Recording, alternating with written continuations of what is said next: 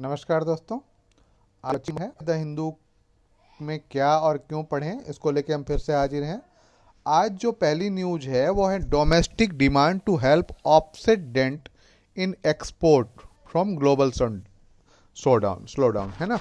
तो domestic demand, घरेलू मांग जो है वो, जो हमारा एक्सपोर्ट में जो कोविड की वजह से या एक तरीके से युद्ध की वजह से या मंदी की वजह से जो स्लो डाउन आया है उसको बहुत हद तक पूरा कर रहा है। इसी पे बात की गई है। जैसे सेरेल्स पे, है ना, देखिए कि मार्च में 5 और यहाँ पे अक्टूबर में इतना। तो ये क्या है, जब हम जानते हैं कि जब डिमांड बढ़ती है तब मूल्य बढ़ता है ना। तो यहाँ पे देखिए अधिकांश जो इस लेवल पे है और यहाँ पे इस लेवल पे है। तो घरेलू डिमांड, जो डोमेस्टिक डिमांड है, वो एक तरीके से एक्सपोर्ट में जो कमी आई है उसको पूरा कर रही है। अब यहाँ पे एक सवाल है कि घरेलू जो मांग है, ये डोमेस्टिक मांग जो है वो बढ़ती क्यों है, क्या कारण होगा। सबसे पहले जो कारण है वो इनकम में वृद्धि, है ना। तो आय की वृद्धि में कई कारक होते हैं। आय की वृद्धि कब कब होती है इसको आप ध्यान दीजिएगा।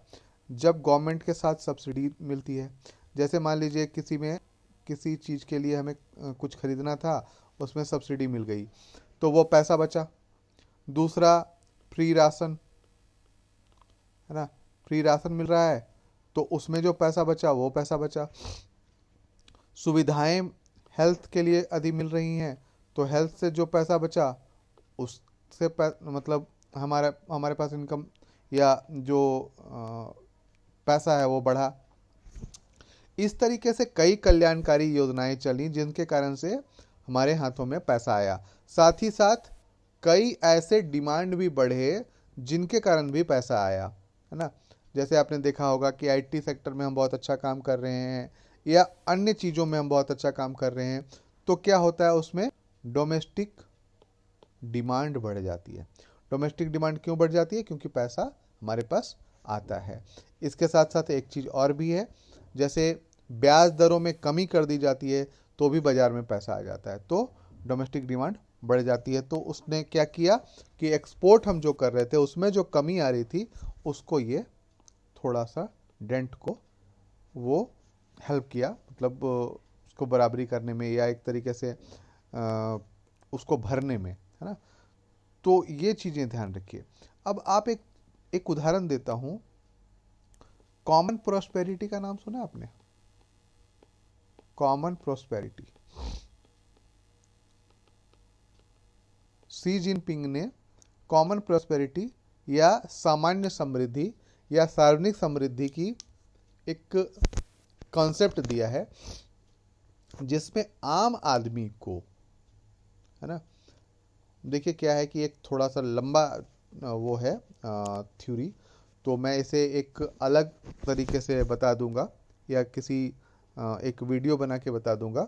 तो बस ये समझिए कि इसमें आम आदमी को आर्थिक रूप से सक्षम बनाने की बात की गई है जिससे वो भी खरीद सके सामानों को। तो भारत में भी अब ये धीरे धीरे हो रहा है कि आम आदमी को सक्षम बनाया जाए और वो बाजार से चीज़ों को खरीद सके, हम निर्यात पर निर्भरता कम कर सकें। निर्यात हो रहा है तो बहुत अच्छी बात है, लेकिन नहीं भी हो रहा है तो कंपनियां डूबेंगी नहीं, क्योंकि घरेलू मार्केट में डिमांड इतना रहेगा, है ना। तो ये सबसे पहली न्यूज़ थी। दूसरी जो न्यूज़ है वो राजस्थान को लेकर है। राजस्थान में एक चाइल्ड मैरिज की बात है ना। चाइल्ड मैरिज रियर्स इट अगली हेड इन राजस्थान, है ना। India has made substantial progress in reducing the incidence of child marriage over the year, but the economic hardship induced by the COVID-19 pandemic is likely to roll back the gains made so far. जो कोविड-19 आया, है ना, कोविड-19 ने कई परिवारों को बर्बाद कर दिया, है ना, कई परिवारों को बर्बाद कर दिया। और सीधे सीधे एक तरीके से एक जो दहेज प्रथा या लड़कियों के विवाह को जो बोझ माना जाता है, उसको लेके जितनी जल्दी हो सके वो शादी कर दिया जाता है ना। इसी पे बात की गई है, चाइल्ड मैरिज की बात, है ना। तो इसे आप एक बार देख लीजिएगा कि कोविड जो है वो किस प्रकार से महिला सशक्तिकरण में बाधा उत्पन्न करी थी।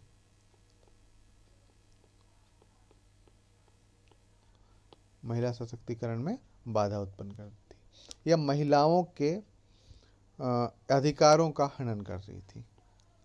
तो ये आप देख लीजिएगा, कहीं ना कहीं कोविड-19 से महिलाएं ज़्यादा प्रभावित हुई हैं मानसिक शारीरिक रूप से।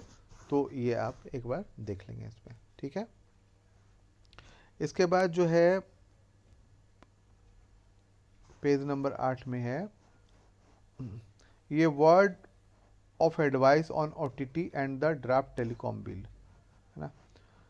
कल ही मैंने बात की थी ओवर द टॉप और OTT communication service with in the ambit of the draft Indian telecommunication bill that was unveiled recently और पब्लिक कमेंट्स, है ना। तो उसी पे पूरी बात की गई है, आप इसे पढ़ लेंगे तो आसानी से समझ में आ जाएगा। इसके बाद जो है एक बहुत अच्छा आर्टिकल कह सकते हैं, या एक क्वेश्चन कह सकते हैं, can poor countries afford to go green, है ना।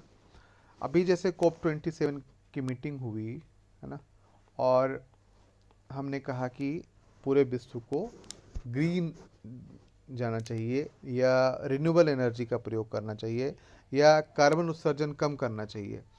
क्या जो गरीब देश हैं वो इसको सह पाएंगे या इसका वहन कर पाएंगे? इसी पे पूरी बात की गई है।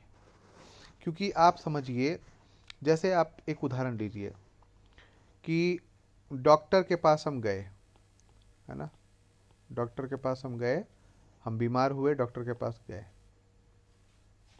डॉक्टर ने कहा फल फूल खाओ, फल खाओ, बहुत ज़्यादा फल खाओ, मतलब ये सोचो कि नारियल पानी पियो, फल खाओ, है ना, ये कह दिया उसने। मैं 5 परिवार का, एक परिवार है, 5 परिवार का है, उसमें जो व्यक्ति है एक कमाने वाला है, वो 300 रुपये कमाता है। ये नारियल पानी 60 रुपये का आता है, डॉक्टर ने कहा 2 पीना है, 120 रुपये माइनस 180 रुपया। तो ये सिर्फ नारियल पानी में ही इसका 120 रुपये चला जाता है। उसी प्रकार से जब ऊर्जा की ज़रूरतें होंगी तो कोयला 10 रुपये में मिल सकता है, हम उसका यूज कर लेंगे, या लकड़ी 10 रुपये में मिल सकता है, पर आप रिन्यूएबल एनर्जी की बात करोगे तो उसके लिए इक्विपमेंट्स जो चाहिए वो 10,000 के हैं। हमारे देशों की या गरीब देशों की औसत आमदनी इतनी नहीं है कि उन टेक्नोलॉजी का या उनका उपयोग वो कर सके। इसी पे बात की गई, can poor countries afford to go green, है ना,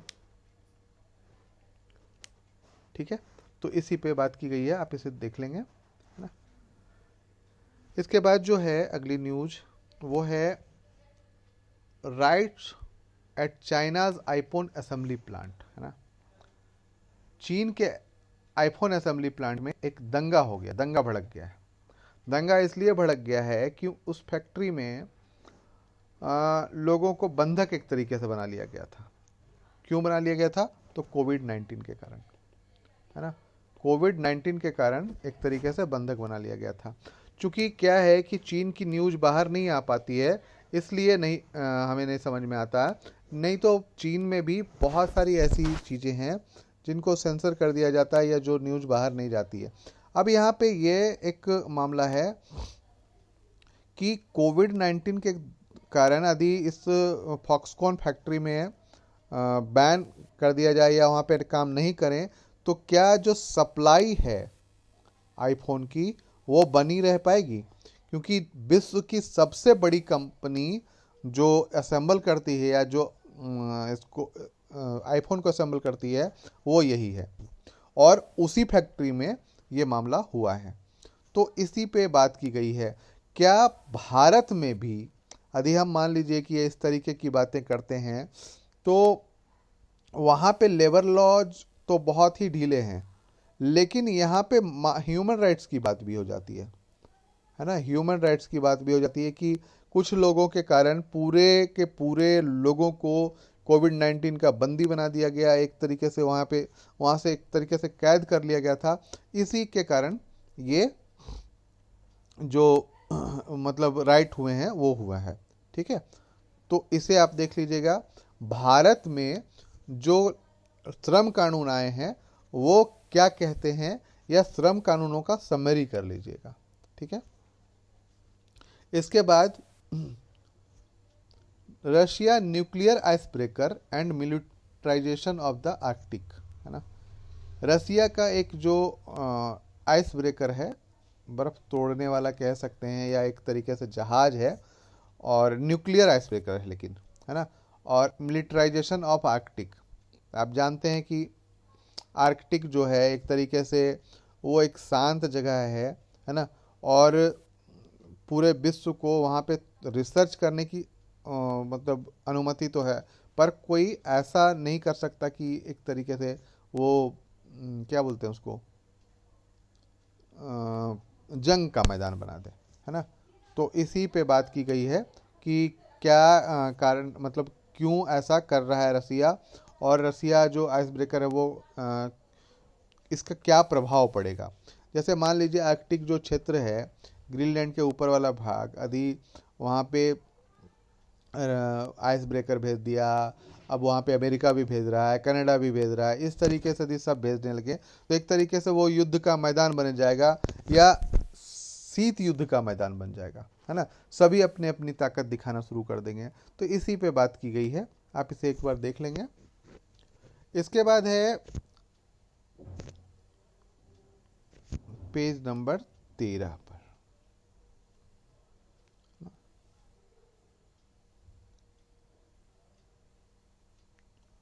unemployment rate dips marginally to 7.2% in July September survey, है ना। एक सैंपल सर्वे है, एक छोटा सा सर्वे होता है, और उसमें कहा गया कि जो अनएम्प्लॉयमेंट रेट है, बेरोजगारी की दर है, वो कम हुई है ना। ठीक है, कम हुई अच्छी बात है, लेकिन जो कम हुई है वो स्थिर रहे। चूँकि क्या है कि अभी अनएम्प्लॉयमेंट रेट कम होने का एक बहुत बड़ा कारण होता है दोस्तों, इस समय फसल कटती है ना। तो इसके कारण से अनएम्प्लॉयमेंट रेट कम हो जाता है, लेकिन जब फसल कटने के बाद जो चीज़ें होती हैं उसमें क्या होता है कि अनएम्प्लॉयमेंट रेट बढ़ जाता है। तो आपको एक काम करना है कि बेरोजगारी कितने प्रकार की होती है ये आप लिख लेंगे, है ना। चक्रीय बेरोजगारी, मौसमी बेरोजगारी, है ना, ऐच्छिक बेरोजगारी, ये किस तरीके की होती हैं ये आप लिखेंगे, और लिख के चाहें तो भेज सकते हैं। ठीक है, उसके बाद एक मिलेट की बात की गई है। Millet in the mainstream Kutia Kondh tribe rediscovered a plate for the poor man food, है ना। मिलेट या बाजरा, है ना, या रागी बाजरा, जो भी मोटा अनाज, है ना, उसी पे बात की गई है कि enough recount millet journey from glorious past. और एक तरीके से हम लोग अंतर्राष्ट्रीय बाजरा वर्ष अगले साल मारे हैं, है ना। तो मोटे अनाज की आवश्यकता, मोटे अनाज की आवश्यकता, या मोटा अनाज खाद्य सुरक्षा के लिए अनिवार्य बनता जा रहा है ना। खाद्य सुरक्षा के लिए अनिवार्य बनता जा रहा है, क्यों, क्यों। तो ये आपको लिख सकते हैं, या आप लिखने का प्रयास कर सकते हैं। मोटा अनाज भविष्य के लिए खाद्य सुरक्षा या मानव भोजन के लिए अनिवार्य बनता जा रहा है, या इसके बिना हम जीवन की कल्पना नहीं कर पाएंगे आने वाले कुछ दिनों में। ऐसा क्यों, क्या कारण है। ठीक है, तो आप इसे लिख के भेजेंगे। आज के लिए दोस्तों इतना ही, फिर कल मिलते हैं क्या और क्यों पढ़ें के साथ। तब तक के लिए धन्यवाद। हाँ, एक और सूचना कि यदि आपने अभी तक लाइक शेयर सब्सक्राइब नहीं करते हैं आप, तो प्लीज़ ये आदत बना लें, और सब्सक्राइब ज़रूर कर लें ताकि जब भी न्यूज़ हम अपलोड करें आपको सूचना मिल जाए। धन्यवाद।